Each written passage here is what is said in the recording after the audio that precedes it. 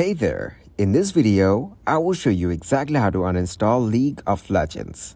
First of all, click on the Windows search bar from the desktop, then search here for League of Legends. Once you find the game, click to open its file location. When you get into its file location, right-click on the game, then you will see the drop-down menu.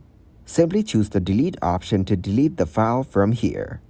After that, get back to the desktop and click on the Windows search bar.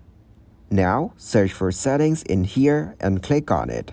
Then choose the apps option from the settings. And now you have to search here for League of Legends. Once you find the app, click to uninstall it.